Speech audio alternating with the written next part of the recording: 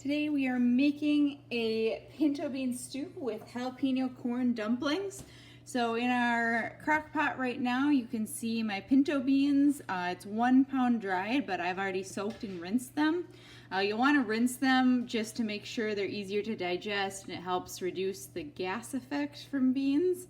If you don't want to use dried pinto beans, you can use canned beans, and it'll be approximately two 15.5-ounce cans, if that's 15-ounce cans. I don't remember the exact size. We buy the dried beans because it saves you quite a bit of money, plus you can control your sodium intake and preservatives. We actually have a blog post on why buy dry that's linked down below in the description.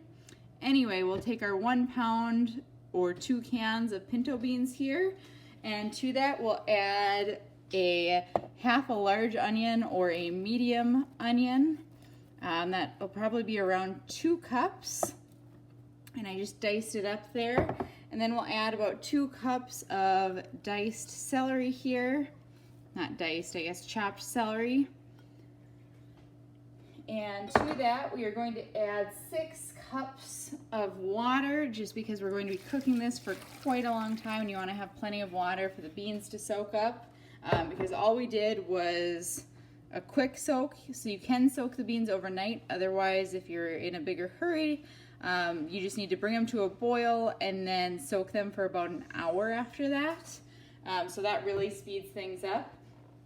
At this time, if you have corn, I would add 1 cup of frozen corn.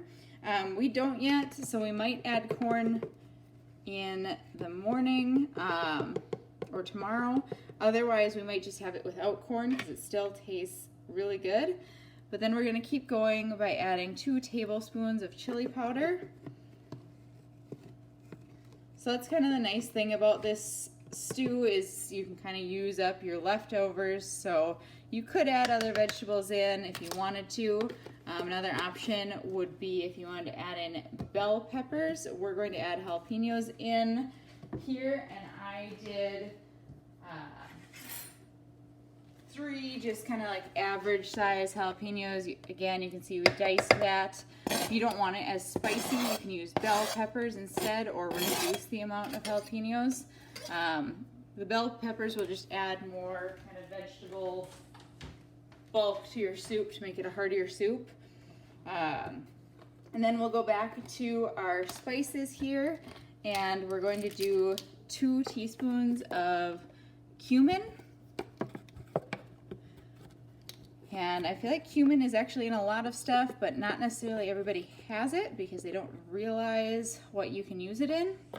But it goes really well in like tacos or hot dish, a lot of different stuff.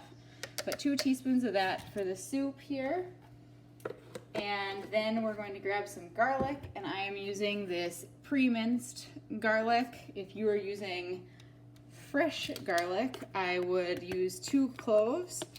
Otherwise, I'm going to use about a teaspoon here, maybe a little extra because we like things extra garlicky. But we'll just go ahead and put that in there. And it should be smelling pretty fragrant by now. The only thing left is to add a dash of salt, and then we're going to do 2 tablespoons of lime juice, and we're just using this real lime, bottled lime juice. If you have fresh limes, that'll probably taste better, but it'll also take more time, whereas this you can just add in. And once you have all of this, we're going to turn the crock pot on low for 8 hours, so you can do it overnight. Or if you're in a bigger hurry, you can do it on high for 4 hours.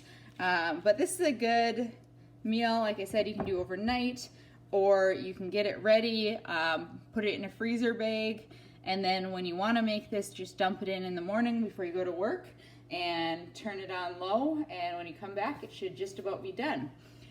So I'm going to mix this up a little bit, and then we will let this sit overnight. Tomorrow morning when I come back, or for you if it's when you get back from work, we will go ahead and make some dumplings to add in here, and then we will serve it. The only other thing is, this is a vegetarian meal. Should be vegan friendly. If you want it to be heartier, you could add a little bit of like stew beef, like cubed beef in here. Otherwise, I like to just have this and serve it on the side of another protein, but there are a lot of beans in here, so it's a good source of protein. But with that, we'll check back in the morning. Hopefully now you've let your soup or your stew cook for about 8 hours if it was on low, or 4 hours if it was on high. And we're going to start our dumplings by putting half a cup of all-purpose flour. I'm doing a gluten-free one, so you can do either or.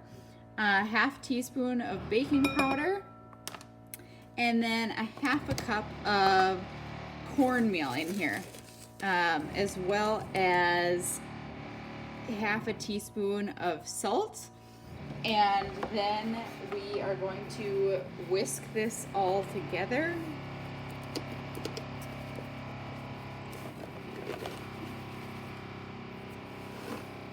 And I usually just do like a pinch of salt because we like things on the less salty side. But you can adjust as needed. So I'm gonna grab the whisk and we'll mix this up. And you basically just want to do this to make sure everything's kind of evenly distributed here and you don't end up with one pocket of all the baking powder, or all the salt would be especially gross. But we'll mix that all up there, and then we will continue adding. So once we have that, we're going to add in 2 tablespoons of butter and just kind of cut it in like you would with a pastry cutter, or like I'm using a fork here. You could also use a knife. Just, you're gonna use your fingers a lot probably. And you don't want this to be overly warm, but usually they say cold butter, but it seems impossible with completely cold butter. Unless you actually have a pastry cutter, then you can. So I'll keep doing this, and we'll fast forward to when we're adding the next ingredient. Okay, so sorry that I cut to the dumplings. My last take didn't work, and I don't have enough to make it again right now. But basically, once you whisk everything together, you will add in the jalapenos just to get them coated, and you can add the lime zest if you want, if you're using real lime. Just to coat it, and then you'll add half a cup of buttermilk. And if you want this to be vegan, like I said, it's vegan friendly, you can make buttermilk using soy milk or almond milk, and we actually have a video on that. I'll put in the link below, or in the video description. But it's basically lemon juice and almond or soy milk. So we mixed all that together to form a dough, and then we formed it into dumplings, which we put in here. You can see we actually ended up with 9 of them. Should be 8. I just was odd with my sizing, but that doesn't really matter, except that it makes 8 servings of the soup, a little over a cup each. So that'll just be an extra dumpling in there. These will need to cook for an hour, so you can do it about an hour before your crock pot is done, or before the stew is done, or you can add them and cook it for another hour. Or if you don't want to wait an hour, you could go ahead and cook these in water on the stove, and it would only take a minute or two. Just boil water and dump them in. But this is what it looks like.